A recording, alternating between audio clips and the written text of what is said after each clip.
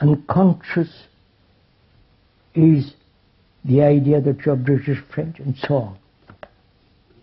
And the conscious, as one observes, one may be wrong, one must always be doubting.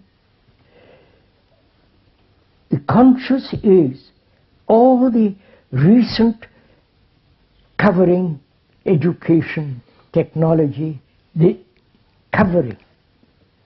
That is, the conscious mind has often the intimations of the unconscious.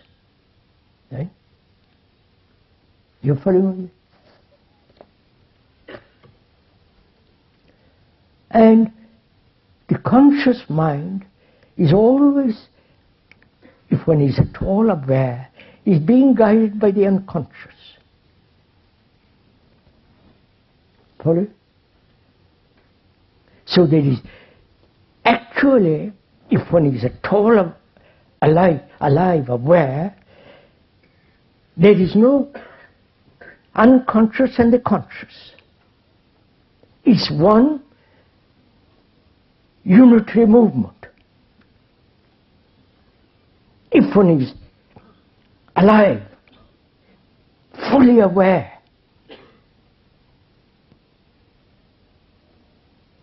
and one is fully aware when there is a crisis. I don't know. When there is some deep, disturbing challenge, everything, the whole consciousness comes to action, into action.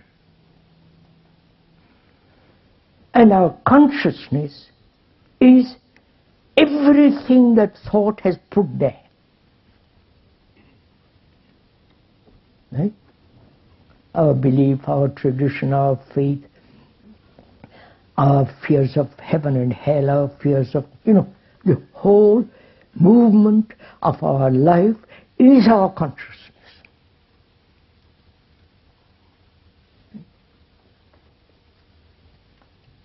That consciousness is part of our brain, of course. If I have no brains, I have no consciousness. So the brain is part and the necessary movement of consciousness acting through or in the brain. Right? Now, the brain, I'm not professional, please, I've discussed this point with professionals, but they won't accept what we are saying, but that doesn't matter. I may be false, I may be wrong. We are saying, which is the brain is now conditioned. Right?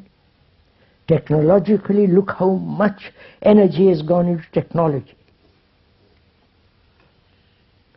Our brain is limited, conditioned through vast experience, knowledge, conditioned. But to discover the quality of the brain, which is not conditioned, and therefore infinite capacity. Look at what the technological people are doing. They are not conditioned. They are inquiring, pushing, striving to find out. And therefore they've got extraordinary capacity. The atom bomb, the things that are, the technicians, the scientists are creating, some of you don't even know about it. The horrors there.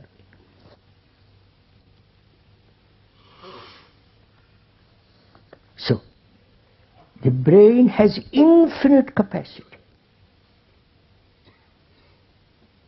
But it is conditioned now, as British, as French, as all the rest. I believe, I don't believe, I believe in God, he is my guru, that guru is better than this guru. You follow?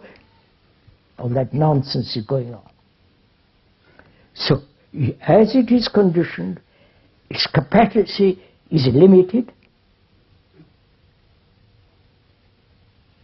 And only when that conditioning is totally free, that means no faith, no fear, no, you follow?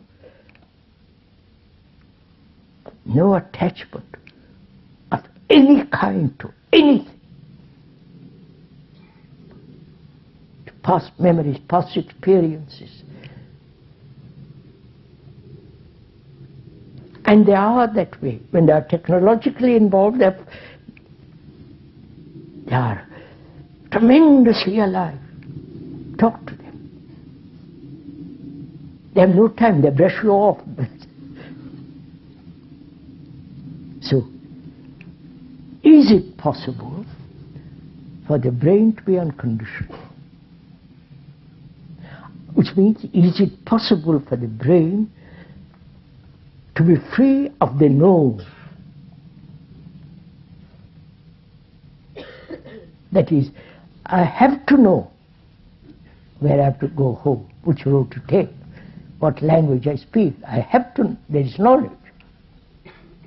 But to be free psychologically, which is the conditioning, which has been conditioned, which the brain has been conditioned, to be free, conditioned by knowledge.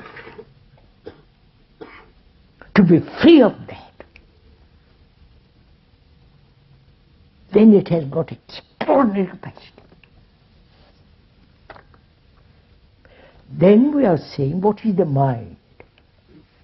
Instead we talk of consciousness, the brain and the mind. When the brain is completely free of that psychological knowledge, then the brain is the mind. Because mind is infinite. So to understand all this, you have to study yourself, not from books, not from other people. You have to look at your own life. Give time, energy, patience, probing. We haven't time because we're chattering all the time. So, mind, brain and consciousness are really one when there is total freedom of all conditioning. Shall we go on?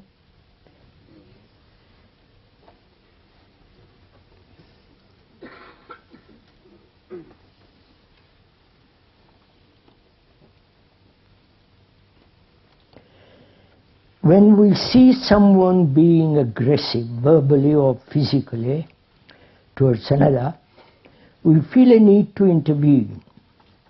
Can such intervention be just? Or is it a mere subtle reaction of the self? When one sees someone being aggressive, verbally or physically, towards another, we feel a need for intervention.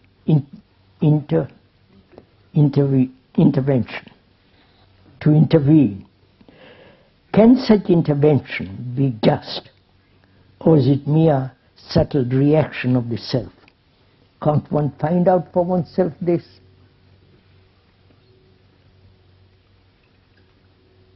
Can't one be aware of one's own reaction and see whether it is a self-motivated reaction or it is kindly and free? You know, if somebody is hurting, you naturally interfere. But if one is not aware of one's own reactions, it may be selfish reaction, making yourself important.